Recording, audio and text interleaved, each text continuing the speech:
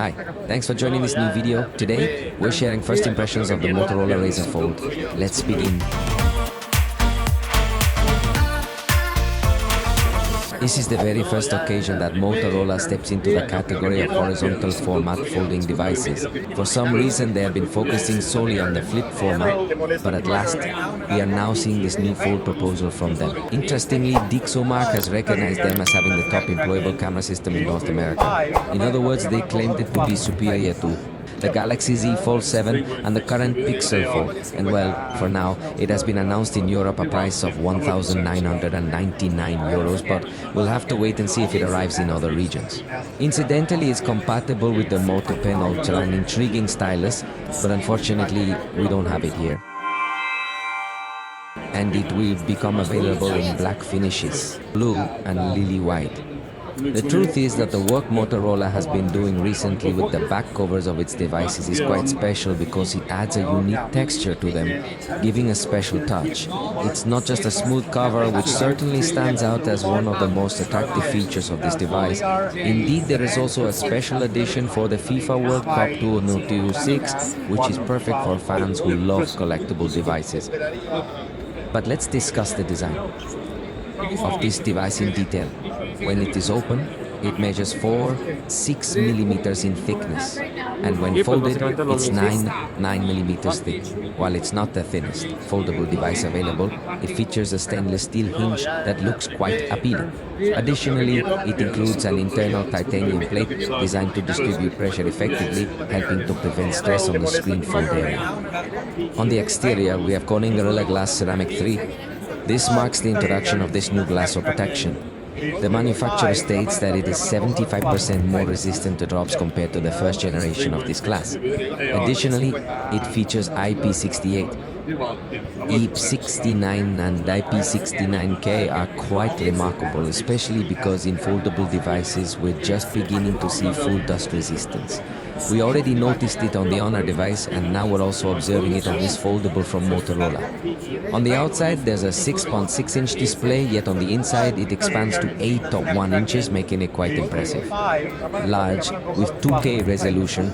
According to the manufacturer, it's the brightest foldable screen, reaching HDR peaks of 6,000 nits. Spectacular. As is customary for Motorola, we have stereo sound tuned by Bose experts.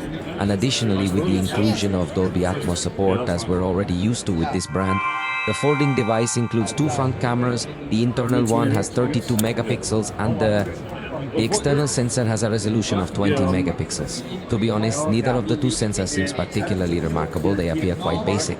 However, both do support recording in 4K. The reality is that they don't offer many unique features. This is often the case with folding devices, as they allow you to utilize the rear cameras for selfies. So, let me explain the features we observe in this module.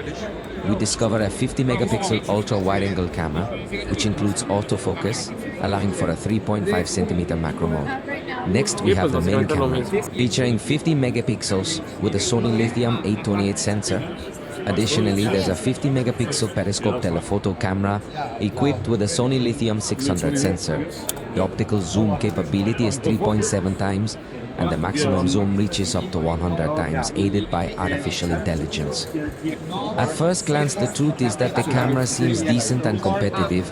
We don't believe it's the best among all foldables, but DxOMark's claim is limited to North America, where Chinese brands have limited access.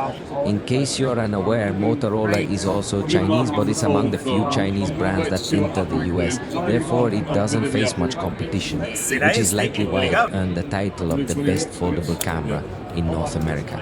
Anyway, at first glance, it seems promising, and for video recording, we have the capability to reach up to 8K using the main camera. Alternatively, we can achieve 4K at 60 frames per second with some other cameras. Additionally, the maximum zoom available during video recording is 20x.